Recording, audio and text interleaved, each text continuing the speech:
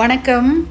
நாகர்கோயில் சுற்று வட்டாரம் அப்படிங்கிறது அந்த நாஞ்சில் பகுதி முழுவதும் பச்சை பசேல் என்று புல்வெளிகளும் வயல்வெளிகளும் அருவிகளும் காடுகளும் ரொம்ப ரம்மியமான ஒரு சூழலாக இருக்கும். அந்த பிரதேசத்துக்குள்ளே தான் நம்ம கொஞ்ச நேரம் எல்லாத்தையும் மறந்துட்டு ட்ராவல் பண்ண போகிறோம். வாங்க, உங்களை அழகான காளிகேசம் அப்படிங்கிற இந்த அருமையான காட்டுக்குள்ளே நுழைஞ்சு உள்ளே போய் அந்த குரங்குகள் பண்ணக்கூடிய சேட்டையெல்லாம் ரசிச்சுட்டு அந்த அருவி சத்தத்தில் ரொம்ப மெய்மறந்து கொஞ்ச நேரம் இருந்துட்டு வரலாம். சில டைம் வரும். இதுக்கப்புறம் ஃபுல்லாகவே ஃபாரஸ்ட், கிராமம் எதுவும் இருக்காது. Reserve forest. நம்ம ரிசர்வ் ஃபாரஸ்ட்.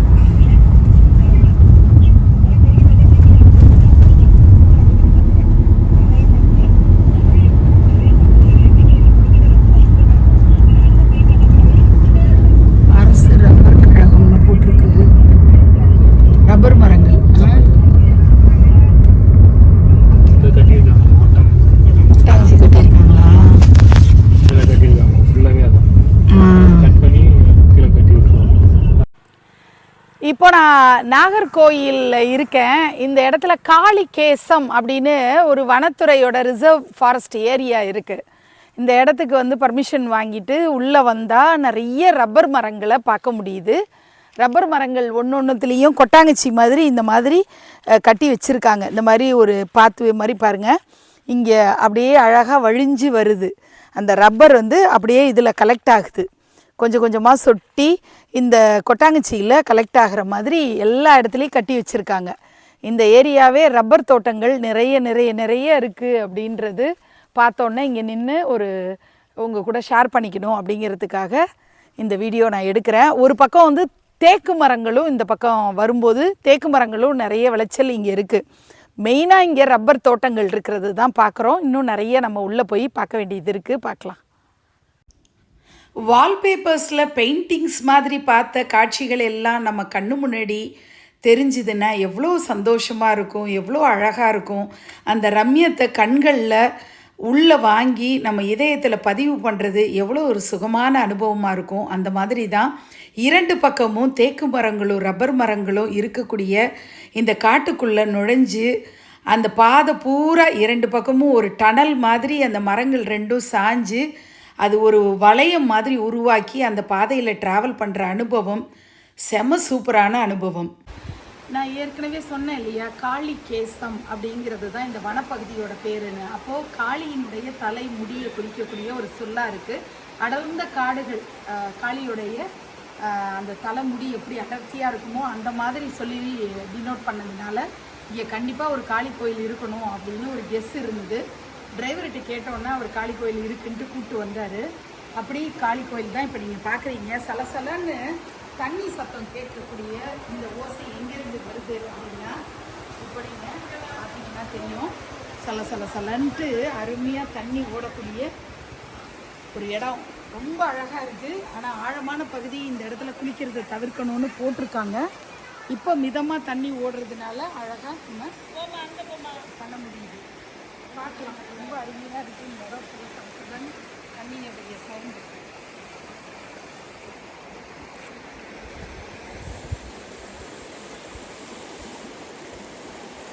எவ்வளோ கிளியராக இருக்குது பாருங்கள் தண்ணி, அவ்வளோ கிறிஸ்டல் கிளியராக இருக்கக்கூடிய தண்ணி. அழகாக அது ஓடிட்டுருக்குற அருமையாக இருக்குது இந்த பகுதி. சில்லுன்னு இருக்குது தண்ணி. மீன்கள் நிறைய இருக்குது. பெரிய பெரிய மீன், சின்ன மீன் நிறைய உலாத்துறதை பார்க்க முடியுது.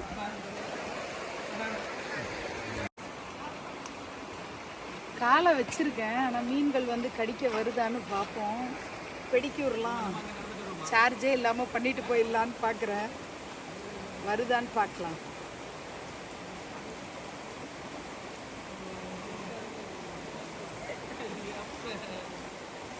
அப்படியே கீழே இருக்கிற பாறையெல்லாம் அப்படியே பளிச்சுன்னு தெரிகிற மாதிரி அவ்வளோ கிளியராக இருக்குது. அந்த பக்கத்துலேருந்து ஓடி வருது அந்த தண்ணி.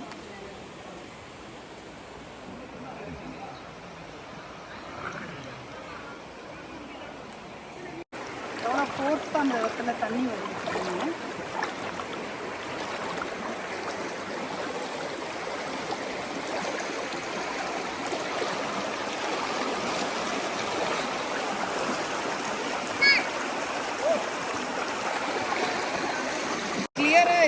தண்ணி பார்த்தீங்கன்னா ஓடுற மாதிரியே இல்லை அப்படின்னு நினைக்கிறோம். ஆனால் காலை பிடிச்சி தள்ளுது. என் காலுக்கிட்ட நீங்கள் பார்த்தீங்கன்னா இந்த தண்ணி அவ்வளோ பிடிச்சி அழுத்தி வெளியேற்றுது. நம்ம நிற்கிறதே அப்படியே பலம் கொண்டு நிற்க வேண்டியதாக இருக்குது. அவ்வளோ சூப்பரான ஒரு இடமா இருக்குது காளிகேசம். நாகர்கோயிலேருந்து கிட்டத்தட்ட 35-40 கிலோமீட்டர் ட்ராவல் பண்ணால் வர்ற இடம் தான் நேட்டா அப்படின்ற ஒரு இடம். அது வந்து இங்கிலீஷில் வந்து NATA அப்படின்னு சொல்லி, ஆனால் தமிழில் நம்ம நேட்டா அப்படின்னு படிக்கணும். இந்த இடத்துல பார்த்திங்கன்னா இந்த இவ்வளோ பெரிய ஏரி மாதிரி இருக்கு இல்லையா, சுற்றி அங்கங்கே மரங்கள் தீவுகள் மாதிரி, பின்பக்கம் இந்த பக்கம்லாம் மலை, நல்ல சூப்பரான மலையடிவாரம், இவ்வளோ பெரிய ஏரி மாதிரி அமைப்பில் இருக்கிறது. ஆக்சுவலி ஏரி கிடையாது, கோதை ஆறு அப்படின்னு இந்த பகுதியில் வளம் சேர்க்கிற ஒரு நதி தான். அந்த நதியோடைய அழகு தான் இப்போ நம்ம இங்கே பார்க்குறோம். இந்த பகுதியில் நிறைய ரிசார்ட்ஸ் கட்டி விட்டுருக்காங்க. ஸோ அங்கே தங்கிட்டு நம்ம இந்த மாதிரி போட்டிங் எல்லாம் போகலாம். பட் இது ஆஃப் சீசனுங்கிறதுனால இங்கே போட்டிங் எல்லாம் இப்போ இல்லை. இது ப்ரைவேட் ப்ராப்பர்ட்டி அப்படிங்கிறது மாதிரி பண்ணியிருக்காங்க. ஸோ நம்ம உள்ளே போகணும் அப்படின்னா அந்த ரிசார்ட்டில் தங்கிட்டு தான் நம்ம உள்ளே போக முடியும். படங்களில் ஷூட்டிங் ஸ்பாட்டாக இந்த இடத்த வந்து பயன்படுத்தியிருக்காங்க. அவங்க சில படங்கள் என்னென்ன சொன்னாங்க அப்படின்னா, பழைய விக்ரம் இருக்குல்ல, விக்ரம் 1, அது அடுத்தது பூவே உனக்காக, இந்த படத்துலலாம் இந்த இடம் வந்து ஷூட்டிங் ஸ்பாட்டாக நிறைய படங்களில் வந்திருக்கும் அப்படின்னு சொன்னாங்க. எனக்கு நினைவில் இல்லை, பட் ரொம்ப ரம்யமான ஒரு ஊர், அழகாக ரொம்ப அமைதியாக இருக்குது. கேரளா பார்டர் அப்படிங்கிறதுனால இயற்கை சூழல் நிறைஞ்சு இருக்குது. ரொம்ப எப்போவாது தான் அந்த மாதிரி வண்டி, கிராமத்துக்கு போகிற வண்டி தான். ரொம்ப அழகாக இருக்குது இந்த கோதை ஆறு.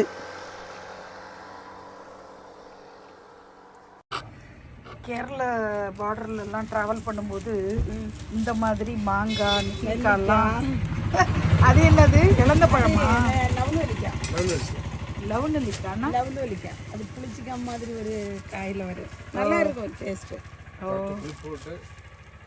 இறந்த இதில் உள்ளது தீர்ந்துச்சு. எவ்வளோ நிறைய பைனாப்பிள் பாருங்கள். அந்த செடி தான் இப்போ பார்க்குறது. எப்படி போய் பறிப்பாங்கன்னு எனக்கு ஒரே க்யூரியாசிட்டி. பைனாப்பிள் அப்படியே வளர்ந்துருக்கு. இந்த பக்கமும் அப்படி தான். சும்மா ஒரு சின்ன கதவு ஒளியாக அப்படி தான் இப்போ பார்த்தேன். மேலே எக்கி பார்த்தோன்னா நிறைய தெரியுது பாருங்க. உள்ளே போக முடியல, பட் வேறு எங்கேயாவது கிடைக்குதான்னு பார்க்கலாம். பைனாப்பிள் தோட்டம் எவ்வளோ பெருசுக்கு அப்படியே பைனாப்பிள் சாகுபடி மாதிரி இங்கே பண்ணிகிட்ருக்காங்க. காயெல்லாம் எங்கே இருக்குன்னு தெரியல, ஆனால் அவ்வளோ பெரிய ஏரியாவை அப்படியே ஃபென்சிங் போட்டு பைனாப்பிள் சாகுபடி இங்கே பண்ணியிருக்காங்க. டிரைவர் அண்ணா அப்படியே கொஞ்சம் காம்பவுண்டு வால் மேலே ஏறி பைனாப்பிள் தெரியணும் அப்படிங்கிறதுக்காக இந்த வீடியோவை குட்டியாக கவர் பண்ணி கொடுத்தாரு. நிறைய பைனாப்பிள் இப்போ நம்ம பார்க்கவும் முடியுது.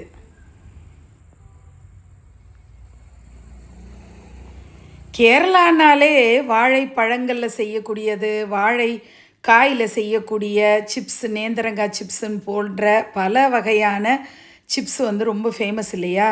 அதை கொஞ்சம் சாப்பிட்டுட்டு நம்ம சூப்பரான ஒரு ஃபால்ஸ் சலசலன்னு கொட்டிக்கிட்டு இருக்கு. அதை விட வேகமாக மழை கொட்டிக்கிட்டு இருக்கு. கையில் ட்ரெஸ் எதுவும் இல்லை சேஞ்ச் பண்ணிக்கிறதுக்கு. அப்போ எப்படி மழையில் நனைகிறது, எப்படி அருவியில் நனைகிறதுன்னு ஒரு குழப்பம்.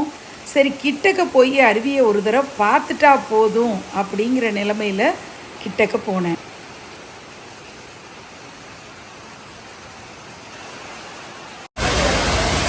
திருப்பரப்பு அப்படிங்கிற ஒரு ஃபால்ஸ் தான் இப்போ நீங்கள் பார்க்குறீங்க. இது வந்து ஒரு ரிவரை அப்படியே ஒரு பக்கத்தில் பள்ளமாக இருக்கிற பகுதியை அப்படியே ஃபால்ஸ் ஆக்குன மாதிரி ஒரு தோற்றத்தில் தான், இயற்கையாக இல்லாமல் கொஞ்சம் செயற்கையாக உருவாக்குன மாதிரியான ஒரு ஃபால்ஸ் தான். ஆண்கள் பெண்கள்னு குளிக்கிறதுக்கு நல்ல வசதிகள் பண்ணி கொடுத்துருக்காங்க. போன வாரம் ஃபுல்லாக ரொம்ப மழை பெஞ்சதுனால அலோவ் பண்ணலைங்க குளிக்கிறதுக்கெல்லாம். இந்த வாரம் அலோவ் பண்ணியிருக்காங்க, ஆனால் தண்ணி வரத்து ரொம்ப அதிகமாக தான் இருக்குது.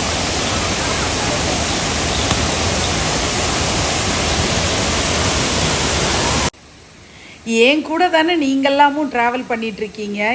மழைச்சாரலை விட சுகமானது அருவிச்சாரல். உங்கள் மேலேயும் நீர்த்துளிகள் அப்படி முகத்தில் படுற அந்த இன்பத்தை என்னோட சேர்ந்து நீங்களும் அனுபவிச்சிட்ருப்பீங்க அப்படின்னு நான் நினைக்கிறேன். என்ன ஒரு வருத்தம் அப்படின்னா, அங்கே எல்லா குழந்தைகளும் ஆட்டம் போட்டு சூப்பராக விளையாடிக்கிட்டு இருந்தாங்க அந்த அருவியில். நம்ம போய் அந்த குழந்தைகளோட விளையாட முடியலையே அப்படிங்கிற ஒரு வருத்தம் மட்டும் இந்த அருவியை பார்க்கும்போது இருந்தது. இந்த காக்கா எவ்வளோ அருமையாக அந்த தண்ணியில் சுகமாக ஒரு குளியலை போடுதுன்னு பாருங்கள்.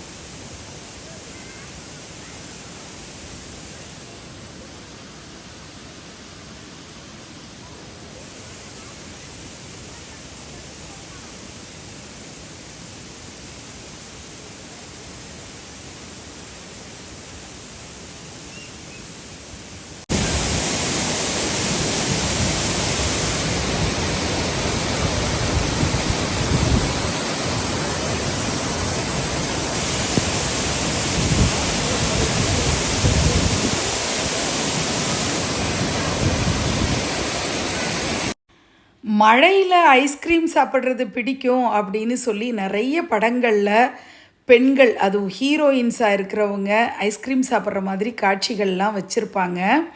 நிறைய பெண்களுக்கு அது உண்மையிலே பிடிக்கத்தான் பிடிக்கும். ஆனால் அந்த மழைச்சாரலில் அருவிச்சாரலில் நனைஞ்சிட்டு வந்து குலுக்கி சர்பத்தை எப்படி லாவகமாக குலுக்கி எடுக்கிறாங்க அப்படிங்கிறத பார்க்கும்போது அதை குடித்து பார்த்தா எப்படி இருக்கும் அப்படிங்கிற ஒரு ஆர்வம் வந்தது. அவங்க தயார் பண்ணுறது தான் நீங்கள் இப்போ பார்த்துட்ருக்கீங்க.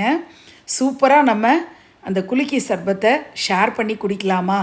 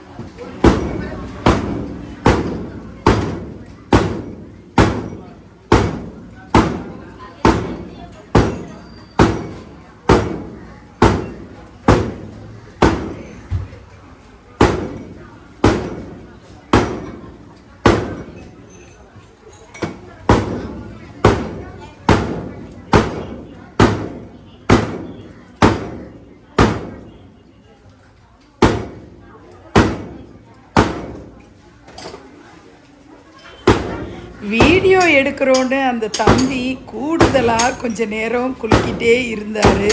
அது பார்க்க கொஞ்சம் சிரிப்பு தான் வந்தது.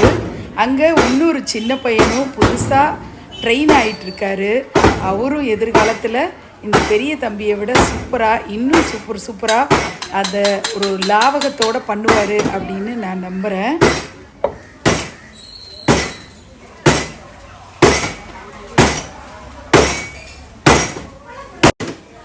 குழந்தைங்களுக்கு கொடுக்காம பெரியவங்க மட்டும் குடிக்கலாம். கொஞ்சம் காரம் தூக்கலாக இருக்குது. அடடா, டிவியில் இந்த வீடியோவை பார்த்துட்ருக்கும்போது காரம் தாங்க முடியாமல் கிச்சனுக்கு ஓடி ஒரு ஸ்பூன் சர்க்கரை சாப்பிட்டுருந்தீங்கன்னா ரொம்பவே சந்தோஷப்படுவேன். அந்த அளவுக்கு லைவ்லியாக இந்த வீடியோ போயிட்டுருக்குன்னு. வாங்க தொடர்ந்து கண்டினியூ பண்ணலாம். மாத்தூர் தொட்டிப்பாலம். எல்லோருடைய வாழ்க்கையும் வரலாறு ஆவதில்லை. வரலாறு ஆனவர்கள் யாரும் தனக்காக வாழ்ந்ததில்லை. ஏசியாலேயே உயரமானது நீளமான தொட்டிப்பாலம். மாத்தூர் தொட்டிப்பாலம் அநேகமாக நிறைய பேர் பார்த்துருப்பீங்க. அடடா, நாங்கள் நாகர்கோவில் பக்கம் போனதே இல்லையே அப்படின்லாம் சொல்லாதீங்க. நிச்சயமாக இந்த இடத்த நீங்கள் ஏதாவது ஒரு சந்தர்ப்பத்தில் பார்த்துருப்பீங்க. இப்போ ஞாபகம் வருதா? நல்லா உத்து பாருங்க. ஒத்தையடி பார்த்த மாதிரி சூப்பராக அழகாக போகலாம். ஒரு ஆள் தான் நடந்து போக முடியும். சினிமாலெல்லாம் வந்திருக்கோம். அந்த மாதிரி ஒரு தொட்டி பாலம். சினிமாவில் வந்திருக்கோன்னு சொல்லிட்டேன். எந்த சினிமா அப்படின்னு யோசித்து பார்க்குறீங்களா? கண்டிப்பாக நீங்கள் மிஸ் பண்ணாமல் பார்த்துருக்குற ஒரு படம் தான். ரொம்பவே பிரபலமான ஒரு படம். ஹே ஹே ஹோ ஹோ லா லா லா அப்படி ஆரம்பிக்கும். நான் கன்றாவியாக பாடுறேன், என்னை மன்னிச்சுக்கோங்க. பழமுதிர்ச்சோலை எனக்காகத்தான் அப்படின்னு ஒரு பாட்டு வரும்ல, படைத்தவன் படைத்தான் எனக்காகத்தான் அப்படின்னு. வருஷம் 16 படத்தில் நடிகர் கார்த்திக் வந்து சைக்கிளில் இந்த பாலத்தில் தான் வருவார். அந்த பாலம்தான் இப்போ நீங்கள் பார்க்குறீங்க. எப்படி இருக்குது? ரொம்ப பிரசித்தமான மாத்தூர் தொட்டி பாலம். இந்த இடம் என்ன விசேஷம் அப்படின்னா, ஏசியாலேயே மிக நீளமானது, மிக உயரமான பாலம். ஒரு காலத்தில் மலைவாழ் மக்கள் வந்து ஒரு மலையிலேருந்து இன்னொரு மலைக்கு தண்ணீர் எடுத்துகிட்டு போகணுங்கிறதுக்காக இந்த பாலத்தை கட்டியிருக்காங்க. அதுக்கப்புறம் கர்ம வீரர் காமராசர் ஐயாவுடைய பீரியடில் இந்த தொட்டி பாலத்தை ரொம்ப அழகாக கட்டியிருக்காங்க. இந்த தொட்டி வழியாக தண்ணி போக்குவரத்து 2 மலைகளுக்கு நடுவில் நடந்திருக்கு. இந்த பாலத்துக்கு கீழே ஓடக்கூடியது ஒரு நதி. அதனுடைய சலசலப்பு இங்கே நம்ம பார்க்க முடியுது. இந்த நதி பெருக்கெடுத்து ஓடக்கூடிய அந்த மழை காலத்தில் ரொம்ப அழகாக இருக்கும் போல இருக்குது. இந்த பக்கமும் பார்த்திங்கன்னா நடுவில் அந்த நதி வரக்கூடிய பாதை, 2 பக்கமும் மரங்கள், அவ்வளோ ஒரு இயற்கை சூழலில் அருமையாக அமைஞ்சிருக்கக்கூடிய இந்த இடத்த வந்து பார்க்குறதும், இது ஒரு ஒத்தையடி பாதை மாதிரி இருக்குது. இதில் தான் நடந்து இந்த எண்டுலேருந்து அந்த எண்டு, ஒரு மலைக்கு இன்னொரு மலைக்கு நடுவில் இருக்கக்கூடிய அந்த பாதையை கடந்து போக முடியும். ரொம்ப அழகான ஒரு பிளேஸ். நிச்சயமாக நீங்கள்லாம் வந்து பார்க்க வேண்டிய ஒரு பிளேஸ் இது. எவ்வளோ அழகாக இருக்குது இந்த வியூ. ஒரு 360 டிகிரி அப்படியே பார்க்கலாங்க.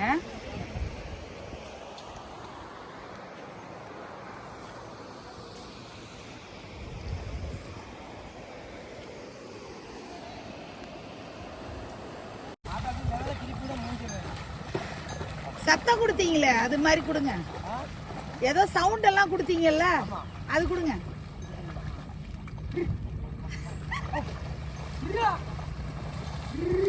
எப்படி பேலன்ஸ் பண்ணி அங்க நிக்கிறாங்க. ஏறு விழுது. சூப்பர்ல.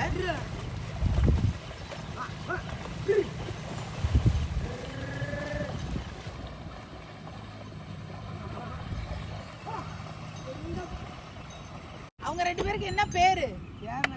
பேர் ஏன் வைக்கல? வைங்க, வெள்ளை கருப்புன்னு வைங்க. நீங்க கொஞ்சம் தள்ளி வந்தீங்கன்னா தான் நீங்க தெரிவிங்க. வேணாம் வேணாம், நான் எனக்கு பயமா இருக்கு.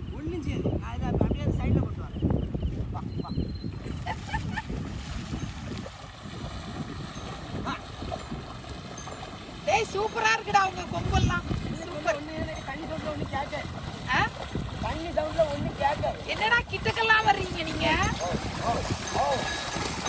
சரி சரி, வரமாட்டீங்களா? மஞ்சள் சரி இருக்கட்டும், நீங்க போயிட்டு வாங்க. நன்றிங்க. தாமரையா இது? அல்லி இல்லை. இந்த தாமரை குளத்தில் ஒரு தாமரை கூட இல்லை, எல்லாம் பறிச்சிட்டாங்க. கான்ட்ராக்ட் மாதிரி எடுத்து மொத்தமாக காலையில் மலர்ந்த உடனே பறிச்சிருவாங்க போல இருக்குது. இந்த ஒன்றை விட்டு வச்சுட்டாங்க வெட்டுக்கிளிகளுக்காக. அது மேலே 2-3 வெட்டுக்கிளி உட்காந்துருக்கு. அத்தனை இதழ்களோட அந்த தாமரை அருமையாக மலர்ந்துருக்கு. ஆனால் இது இவ்வளோ கிட்டக்க ரோடுக்கு பக்கத்தில் இருக்குதுன்னு நினைக்கிறோம். கிட்டக்க போக முடியாது, ரொம்ப பள்ளமாக தண்ணி இருந்திருக்கும்னு நினைக்கிறேன். அந்த பக்கம் ஒரு மொட்டு இருக்குது, சூப்பராக இருக்குது பாருங்கள், அருமையாக இருக்குது. இந்த ஒரு தாமரை நேற்று பூத்ததா என்னன்னு தெரில, கொஞ்சம் வாடி இருக்குது. பறவைகள்லாம் ஏதோ சாப்பிட்ட மாதிரி கொஞ்சம் வாடி இருக்குது. வெட்டுக்கிளி உட்காந்துருக்கு பாருங்கள் நடுவில், அருமையாக சூப்பரில். எல்லா ஜீவராசிகளுக்கும் படி அளக்கப்படுது, அதில் தான் இது நம்ம பார்க்குறோம்.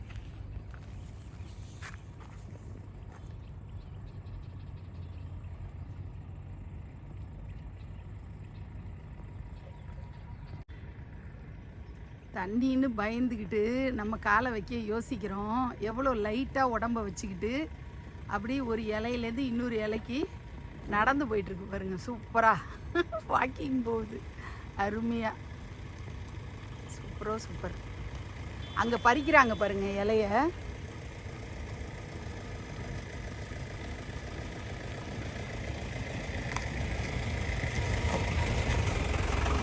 எப்படி சூப்பராக இலைய பறித்து போட்டுட்ருக்காங்க. இலை பூன்னு பறிக்கிறவங்கள தான் பார்க்குறோம்.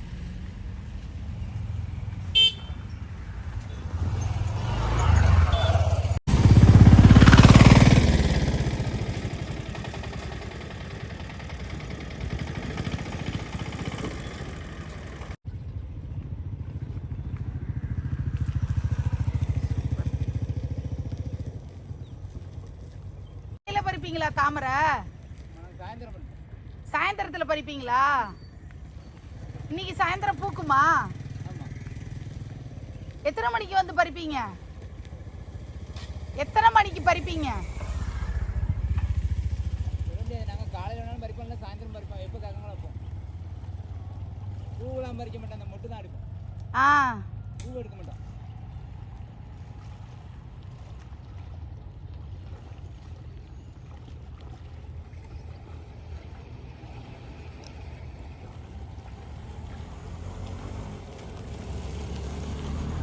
இரும்பு இதுவா தம்பி? அதுவே மிதக்குதா? தகரம். என்ன பண்ணுவீங்க இப்போ? என்ன பண்ணிட்டு இருந்தீங்க? இலையில கொஞ்சம் களைச்சி விடணும், ஒடிச்சு விட்டா தான் இடத்துல வரும். ஓ, ஒதுக்கி விடணுமா?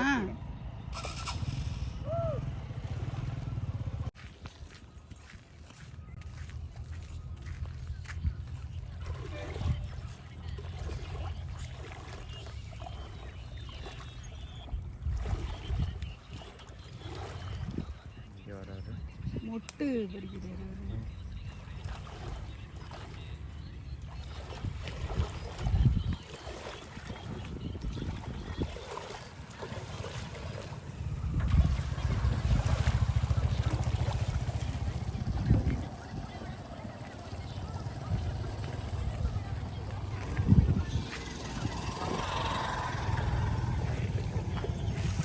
நாங்கள் நீங்க தட்டி அங்கே பிரிஞ்சிடும்.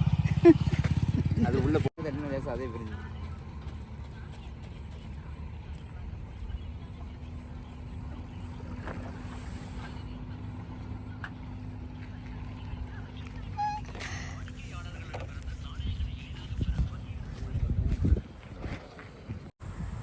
இந்த பக்கம் கோதை பேரில் ஆறு, கிராமம் இப்படின்னு நிறைய பார்க்க முடியுது. நாகர்கோவில் சைடு இங்கே ஒரு வண்ணான்துறை, இந்த இடத்துல பார்த்திங்கன்னா நிறைய ஹோட்டல்லேருந்து கொண்டு வந்ததெல்லாம் அப்படியே அழகாக காய போட்டுட்ருக்காங்க. இந்த பக்கமும் ஒயிட் ட்ரெஸ்ஸு எல்லாம் சூப்பராக அந்த ஆற்று தண்ணியில் துவைப்பாங்க போல இருக்குது. அதில் துவைச்சி அதுக்கப்புறம் எடுத்துகிட்டு வந்து இங்கே நிறைய கயிறு கட்டி ஒரே இடத்துல இவ்வளோ தூரம் காய போட்டிருக்கிறாங்க. பார்க்க நல்லா இருக்கு. இதை பாருங்க, கிளிப்பே கிடையாதுங்க இவங்க காய போடுறதுக்கு. 2 கயிறு இருக்கு. ஒத்த கயிறு தான் அப்படி முறுக்கி போடும். ஓ, முறுக்கி கையில் அப்படியே கட்டி போடுங்க பார்ப்போம். இவ்வளோ ஈரமா இருக்குதே, காஞ்சிருமான்னு அரை மணிக்கு காஞ்சி பாருங்க. அது உள்ள அப்படி சொருவி விட்டுறாங்க, அவ்வளோதான். 2 கயிறு, 2 கயிறை நடுவில் சொருவி விட்டுறாங்க. சூப்பர் இல்லை? விழுவாது இல்லை? பாருங்க, கிளிப்பு கூட, கிளிப்பு மட்டும் நிற்கும், பிடிச்சி இழுத்துக்கிட்டு வந்துடும். இது பாருங்க, இவ்வளோ நல்லா காய போடுறாங்க. ரொம்ப பெருமையான ஒரு இடத்துல நான் இருக்கேன். இந்த இடத்துக்கு வர்றதுக்கே எனக்கு ஒரு குடுப்பினை இருந்திருக்கணும் அப்படின்னு எனக்கு எவ்வளவு பூர்வ ஜென்ம புண்ணியமோ தெரில. நான் இந்த இடத்துல வந்து நின்று உங்க கூட பேசுறதுக்கு ஒரு வாய்ப்பு கிடைச்சிருக்கு.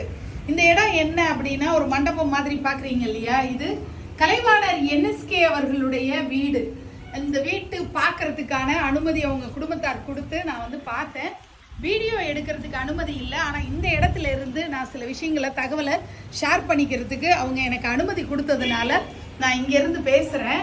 கலைவாணர் எவ்வளவு கொடைகள் கொடுப்பாரு, நிறைய பேருக்கு உதவி தான தர்மங்கள் செய்வார். அவருடைய உடல்நிலை சரியில்லாத ஒரு காலகட்டத்தில் அவர் வந்து ஹாஸ்பிட்டல் அட்மிட் ஆகி இருக்கும்போது 1 லட்சம் ரூபாய் புரட்சி தலைவர் பொன்மனச்செம்மல் எம்ஜிஆர் அவர்கள் கொடுத்திருக்காரு. அப்போ கலைவாணர் என்ன சொல்லியிருக்காருன்னா, இது அத்தனையும் சில்லறையா மாத்தி எனக்கு கொடுங்க, என்கிட்ட வந்து கேட்குறவங்களுக்கெல்லாம் அள்ளி கொடுக்கறதுக்கு எனக்கு வேணும் அப்படின்னு சொல்லியிருக்காரு. அப்படிதான் வந்து அவர் வந்து கடைசி நிமிஷம் வரைக்கும் தன்னுடைய தான தர்மங்களை அவர் நிறுத்தவே இல்லை. கை எப்போதும் பூமி பார்த்து இருக்கணும், நான் எப்பவும் கை வந்து மேல் நோக்கி இருக்கக்கூடாது, எல்லாருக்கும் கொடுக்கிற கையா இருக்கணும் அப்படின்னு சொல்லியிருக்காரு. எவ்வளவோ பெரிய பெரிய தலைவர்கள், அரசியல் பிரமுகர்கள், நடிகர்கள், அந்த காலத்துல கோலோச்சின நிறைய பெரிய பெரிய ஆளுமைகள் எல்லாருமே இந்த இடத்துல வந்து இங்க இருந்திருக்காங்க. புரட்சி தலைவர் பொன்மனச்செம்மல் எம்ஜிஆர் அவர்கள் 12 நாட்கள் இந்த இடத்துல வந்து தங்கி இருக்காரு, இந்த வீட்டுல தங்கி இருக்காரு. நடிகர் திலகம் சிவாஜி கணேசன் அவர்கள் மிருதங்க சக்கரவர்த்தி படம் வந்து சுசீந்திரத்துல எடுக்கப்பட்ட போது அவரும் வந்து இங்க பார்த்திருக்காரு. இப்படி ஏராளமான நினைவலைகள் அதிகமா இருக்கக்கூடிய ஒரு இடமா இந்த இடம் இருக்கு. மதுரம் பவனத்துக்கு வந்ததெல்லாம் எனக்கு பெருமையான ஒரு தருணமா இருக்கு. இந்த வீடு சீக்கிரமே பராமரிக்கப்பட்டு அழகான ஒரு வீடியோ நமக்கு கிடைக்கிறதுக்கு எதிர்காலம் துணை புரியணும் அப்படின்னு சொல்லி நானும் என்னுடைய மனசுல இருந்து ஒரு பிரார்த்தனையை முன்வைக்கிறேன். NSK அவர்கள் நம்ம எல்லாரையும் சந்தோஷப்படுத்துறதுலயும் புரட்சிகரமான கருத்துக்களை சொல்றதுலயும் எப்படிலாம் வந்து அவரு நமக்காக முன்னோடியா இருந்திருக்காரோ, கலைவாணருக்கு நிகர் கலைவாணர் தான் அப்படின்னு சொல்லி எங்க அப்பால இருந்து எல்லாரும் நிறைய பேர் சொல்லி நம்மளுமே அவருடைய படங்கள்லாம் பார்த்துருக்கோம், ரசிச்சிருக்கோம். அவருடைய காமெடிய நம்ம வந்து காலத்துக்கும் நினைவு வச்சுக்கிட்டே இருக்கோம். அப்படிப்பட்ட கலைவாணர் அவர்களுடைய வீட்டில் இருந்து இந்த இடத்த அப்படியே கையெடுத்து கும்பிட்டு இந்த வீடியோவை உங்க கூட நான் ஷேர் பண்ணிக்கிறதுல எனக்கு பெரும் மகிழ்ச்சி. இந்த வீட்டுக்கு மதுரம் பவனம்னு பேரு. NSK அவர்களுடைய மூத்த மனைவி பேரு நாகம்மாள், 2வது மனைவி பேரு தான் மதுரம். மதுரம் பேர்ல இந்த வீட்டை கட்டி, ஆனா மூத்த மனைவி நாகம்மாள் தான் இந்த வீட்டுல வாழ்ந்திருக்காங்க.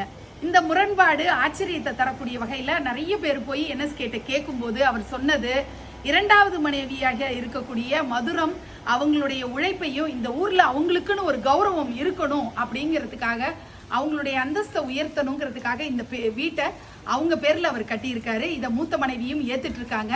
இப்படி அந்யோன்யமா அந்த காலத்துல வாழ்ந்திருக்கிறது ஆச்சரியம் தரக்கூடிய வகையில இருந்தது. இந்த வீட்டுக்கு வந்ததை நான் ரொம்பவே பெருமையான ஒரு விஷயமா நினைக்கிறேன். நன்றி. என்னோட கைகோர்த்து பயணித்த நாகர்கோயில் அனுபவம் பசுமரத்தாணியாக உங்கள் மனசில் பதிஞ்சிருக்கும்னு நினைக்கிறேன். குழந்தைகளை கூட்டிகிட்டு போய் நீங்கள் இந்த இடத்தெல்லாம் பார்த்து ரசிக்கணுன்ற அன்பான வேண்டுகோளை நான் முன்வைக்கிறேன். இன்னொரு சூப்பரான பயண வீடியோவில் உங்களை நான் சந்திக்கிறேன். நன்றி.